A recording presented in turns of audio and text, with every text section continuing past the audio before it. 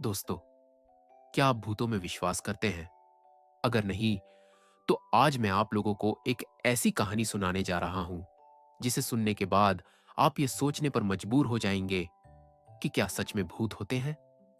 तो दोस्तों, अगर आप लोग चैनल पर नए हैं और आप लोगों को भी कहानियां सुनना पसंद है, तो चैनल को सब्सक्राइब कर लें, क्योंकि मैं इस चैनल पर आप लोगों के लिए नई नई कहानियां लेकर आता हूं। तो दोस्तों, चलिए आज की कहानी शुरू करते हैं। मिर्जापुर गांव में एक परिवार रहता था, जिसमें मोहन और सोहन नाम के दो भाई अपनी मां के साथ रहते थे। मोहन एक नंबर का शराबी और निकम्मा इंसान था। उसकी पत्नी शीला 3 महीने पहले से ही लापता थी। पर शीला के लापता होने से मोहन या उसके परिवार को कोई फर्क नहीं पड़ता था। वे लोग शीला को वैसे भी पसंद नहीं करते थे, क्योंकि शीला एक गरीब घर की लड़की थी और मोहन और उसका परिवार दहेज का लालची था। इसीलिए आज शीला के जाने के 3 महीने बाद मोहन की मां उसकी दोबारा शादी कराने के लिए एक बड़े घर की लड़की मंजू को देखने जाती है। मंजू देखने में उतनी सुंदर नहीं थी, पर उसके घर वालों ने शादी में बहुत सारी धन संपत्ति देने का वादा किया था। इतने सारे धन का नाम सुनते ही मोहन और उसकी मां शादी के लिए तैयार हो गए। फिर एक दिन मोहन और मंजू की बड़ी धूमधाम से शादी करा दी गई। शादी के बाद जब मोहन अपनी नई पत्नी मंजू को लेकर गांव जा रहा था, तब गांव के प्रवेश द्वार पर मंजू गाड़ी से उतरकर प्रणाम करने गई। पर जैसे ही मंजू ने गांव के प्रवेश द्वार पर पैर रखा, उसके अंदर एक आत्मा आ गई और वह जोर जोर से रोने लगी। यह देखकर सभी हैरान हो गए। फिर मोहन ने जाकर पूछा, क्या हुआ मंजू, तुम रो क्यों रही हो? तभी मंजू सबके सामने बोली, मैं मंजू नहीं, मैं मोहन की पहली पत्नी शीला हूँ। मैं आज मोहन और उसके परिवार को खत्म करने आई हूँ। यह बात सुनकर सब गांव वाले समझ गए कि शीला मर चुकी है और यह शीला की आत्मा है जो मंजू के शरीर में आ गई है।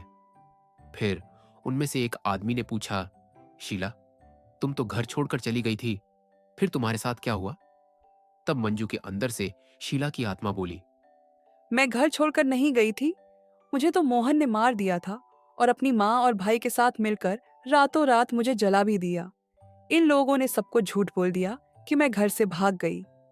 फिर एक गांव वाले ने पूछा, पर बेटी, ऐसा क्या हुआ था कि इन लोगों ने तुम्हारे साथ ऐसा किया?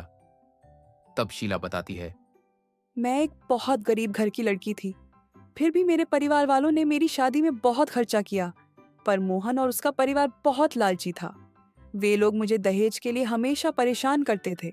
वे मुझे मारते पीटते थे और मेरे साथ कभी भी सही से बर्ताव नहीं करते थे। मुझसे हमेशा कहते थे कि अपने घर वालों से पैसे लाकर दो, नहीं तो अपने घर चली जाओ। मैं सब सहती थी, पर कभी अपने घर नहीं गई, क्योंकि मैं जानती थी कि मेरे घर वाले खुद गरीबी में बहुत मुश्किल से जी रहे हैं। वे और पैसा कहाँ से देंगे?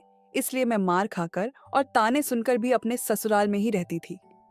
फिर उस दिन मोहन अपने गांव वालों के साथ जुआ खेलने गया था और जुए में अपना सारा पैसा हार गया। फिर मोहन नशा करके घर आया और आते ही मुझसे पूछा कि तुम अपने घर वालों से पैसे कब लाओगी?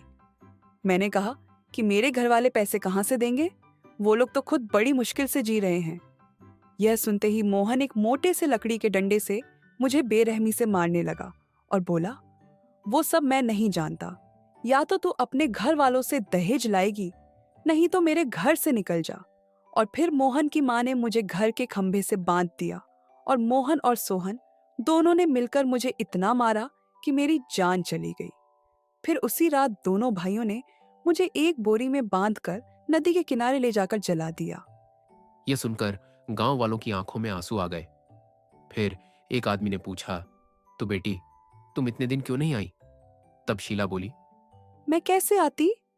मोहन के पूरे परिवार ने यह ताबीज पहन रखा है। आज जब यह शादी करके आया, तो मैं इसकी पत्नी के शरीर में आई हूँ ताकि मैं इन सबको मार सकूं।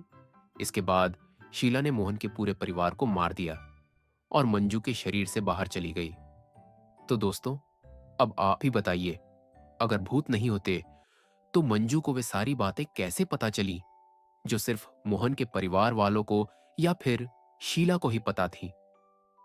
अगर आप लोगों को यह कहानी पसंद आई हो, तो चैनल को सब्सक्राइब करें और वीडियो को लाइक करें। जल्द ही मिलते हैं एक नई कहानी के साथ।